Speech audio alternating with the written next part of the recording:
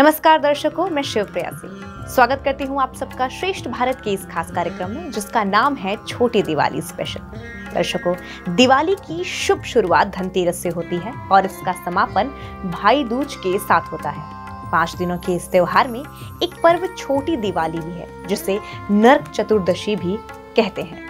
आज के इस कार्यक्रम में हम विस्तार में चर्चा करेंगे छोटी दिवाली के बारे में, उसके शुभ मुहूर्त के बारे में, इसके महत्व के बारे में। और इस विषय पर प्रकाश डालने के लिए हमारे साथ स्टूडियो में मौजूद हैं आचार्य मोक्षित जी। आपका बहुत बहुत स्वागत है आचार्य जी हमारे इस कार्यक्रम में।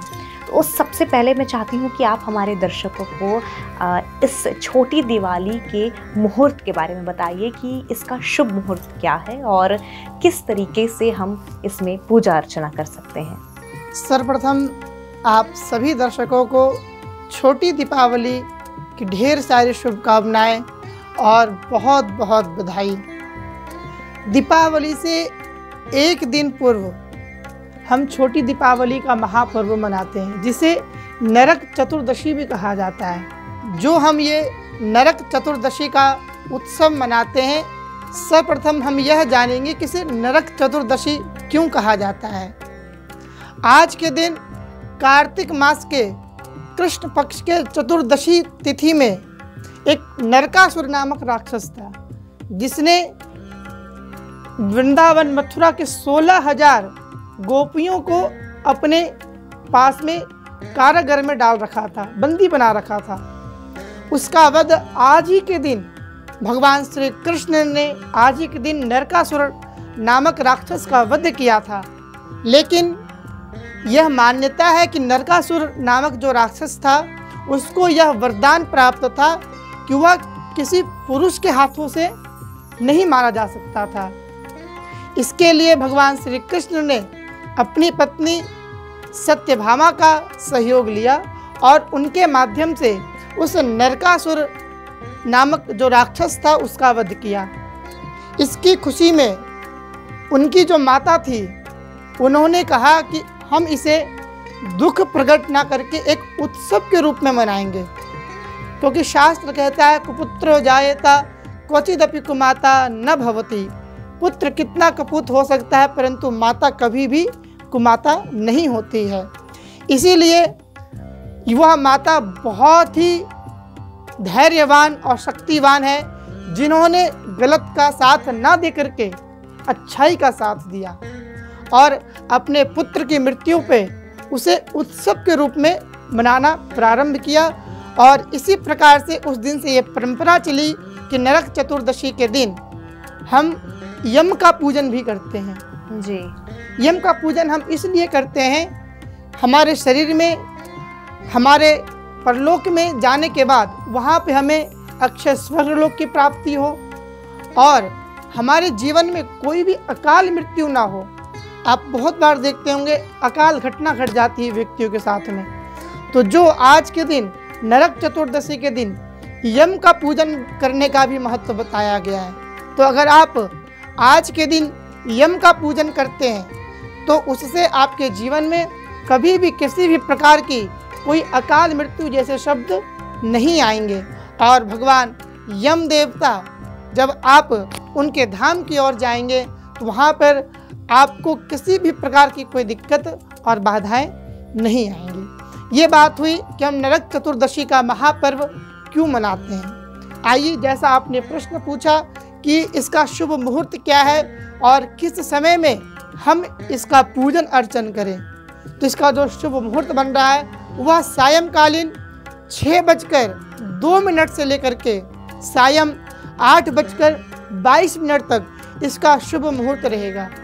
इस शुभ मुहूर्त में आप भगवान यम का और भगवान गणपति देव, माँ लक्ष्मी सहित आप आज के दिन भगवान श्री कृष्ण की पूजा अवश्य में करें। आज के दिन भगवान श्री कृष्ण की पूजा करने का भी विधान बताया गया है। आप यम की पूजा किस प्रकार से करें, उसके लिए आप आज के दिन चौमुख दीपक अवश्य में अपने घर पर लाएं। जो शास्त्र कहता है आप विषम संख्या में सरसों तेल का दीपक जलाएं। विशेष रूप से ध्यान रखें, ना घी का दीपक जलाएं, ना तिल का तेल का दीपक जलाएं। आप आज के दिन सरसों तेल से आप दीपक जलाएं। वह जो संख्या होनी चाहिए वह 7, 11 या फिर 14, यह 3 संख्या में से आपको जो भी उचित लगे, आप आज के दिन अपना मुख दक्षिण दिशा में करके वह दीपक जलाएं। क्योंकि दक्षिणे यमाय नमः, जो दक्षिण दिशा के जो स्वामी होते हैं वह यम देवता होते हैं। तो आप आज के दिन किनका पूजन कर रहे हैं? यम देवता का पूजन कर रहे हैं। तो वैसे में अगर हम उनकी दिशा की ओर मुख करके उनका पूजन अर्चन करते हैं तो हमसे प्रसन्न होते हैं और किसी भी प्रकार की हमारे जीवन में कोई विघ्न व्याधियां आती है उसे वह दूर कर देते हैं। जी, आपने बहुत ही बेहतरीन तरीके से हमारे दर्शकों को इसके बारे में बताया कि छोटी दिवाली का महत्व क्या है और शुभ मुहूर्त क्या है। और मेरा अगला सवाल आपसे ये है कि इस दिन हमें ऐसी कौन सी चीज़ें हैं जिसका हमें खास ध्यान रखना चाहिए जब हम पूजा अर्चना करते हैं? सर्वप्रथम आप ध्यान रखें कि आप उस दिन नीले रंग का एवं सफ़ेद रंग के वस्त्र पहनने से बचें, क्योंकि यह वस्त्र आज के दिन नहीं पहनने चाहिए। आप किस रंग के वस्त्र पहने? तो आप आज के दिन लाल रंग के वस्त्र पहन सकते हैं, पीले कलर का वस्त्र पहन सकते हैं। यह वस्त्र अगर आप पहनते हैं तो यह इससे आपकी भगवान के प्रति रुचि भी बढ़ेगी और यह बहुत ही शुभ माना जाता है। तो आप सर्वप्रथम आज के दिन जब आप प्रातःकालीन उठें उस दिन भी ध्यान रखें कि आपको किसी भी प्रकार का नाखून नहीं काटना है, बाल नहीं काटने हैं। इस चीज़ का विशेष रूप से ध्यान रखें, क्योंकि हमारे शास्त्र में लिखा गया है कि हम जब भी कोई व्रत या उसका त्यौहार मनाते हैं उसमें कुछ नियम की आवश्यकता पड़ती है। व्रत, जप, नियम, तपः, स्वाध्याय, क्रतुशम, दया, दान, इसमें जो सबसे बड़ी बात बताई गई है वह आपके अंदर दया की भावना रखनी है। अगर आप अपने ऑफिस में एक अच्छे पोस्ट पे विराजमान हैं तो आपके जो नीचे के लोग हैं उनसे बहुत ही अच्छे तरीके से बात करना है, उनके ऊपर क्रोध नहीं करना है। क्योंकि जब भी हम कोई अनुष्ठान करते हैं उसमें हमें सर्वप्रथम क्रोध को त्यागना चाहिए। क्रोध से सामने वाले व्यक्ति का कोई नुकसान नहीं होता है, उससे आपका स्वयं का नुकसान है। तो इसीलिए कोई भी धर्म त्योहारों पे आपको क्रोध से बचना चाहिए। और दूसरा, विशेष रूप से महिलाएं ध्यान दें कि आज के दिन किसी भी प्रकार के घर के अंदर कलह को उत्पन्न ना करें। कोई छोटी बात हो तो उसे आप प्यार से समझा लें, सुलझा लें तो ज़्यादा उत्तम रहेगा। क्योंकि आज के दिन घर में कलह होना या छोटी बातों पे लड़ाई होना वो हमारे लिए बहुत ही घातक है। इससे भगवान माँ लक्ष्मी और भगवान गणपति देव हमसे अप्रसन्न हो जाते हैं और हमारे द्वार पे आकर के विराजित नहीं होते हैं। तो आप इन बातों का अवश्य में ध्यान रखें। और जो चौथी बात है, स्वच्छता का विशेष रूप से ध्यान रखें। आप जो भी दीपक जलाएं वह पूर्ण तरीके से स्वच्छ होना चाहिए और आप जहां भी पूजन कर रहे हो वह भी पूर्ण तरीके से स्वच्छ होना चाहिए।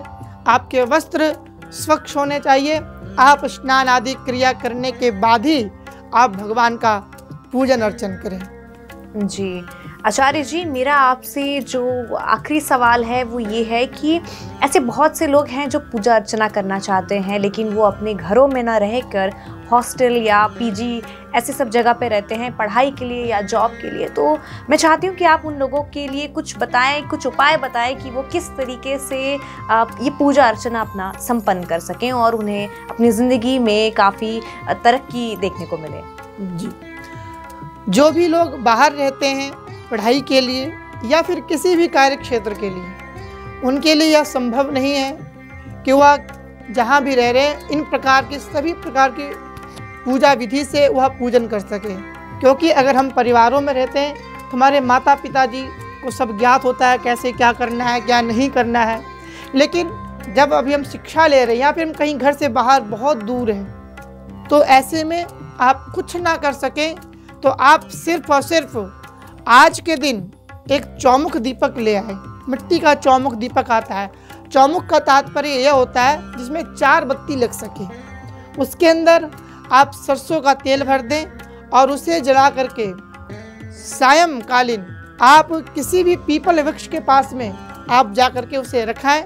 ऐसा करने मात्र से केवल भगवान यम देवता की और भगवान गणपति देव और माँ लक्ष्मी, भगवान विष्णु सहित आपके जीवन में अनंत कृपा प्रदान होगी और आपके जीवन में जो भी विघ्न व्याधियाँ आती हैं, जो भी दिक्कतें आ रही हैं, वह सभी प्रकार की विघ्न व्याधियाँ दूर होगी। और विशेष रूप से जो लोग गंभीर बीमारी से पीड़ित हैं तो वह नरक चतुर्दशी के दिन भगवान शिव की, भगवान विष्णु की विशेष रूप से आराधना कर सकते हैं। और जो लोग पीड़ित हैं वह 11 चौमुख दीपक जला करके 2 अपने मुख्य द्वार पर रखें और बाकी दीपक आपके आसपास में पीपल का वृक्ष हो तो आप वहाँ पे जा करके रखें।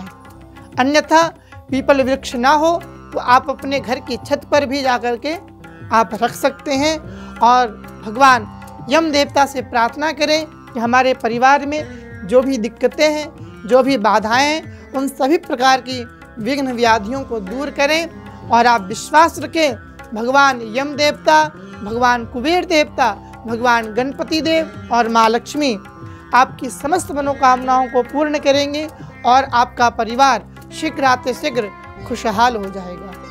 जी आचार्य जी, आपने छोटी दिवाली पर इतनी गहरी और विस्तार में जानकारी दी है, इसके लिए आपका बहुत बहुत धन्यवाद। आप स्टूडियो में आए, कीमती वक्त दिया आपने, इसके लिए आपका बहुत बहुत धन्यवाद। तो दर्शकों, आज के इस कार्यक्रम में हमने बात की आचार्य मोक्षित जी से और विस्तार में जाना छोटी दीपावली के बारे में, उसके शुभ मुहूर्त के बारे में, महत्व के बारे में और किस तरीके से हम छोटी दिवाली के दिन पूजा अर्चना संपन्न कर सकते हैं, इसके बारे में भी हमने चर्चा की। तो दर्शकों, हमारे आज के इस कार्यक्रम में बस इतना ही। बाकी के खबरों के लिए देखते रहिए श्रेष्ठ भारत। मुझे दीजिए इजाजत। नमस्कार।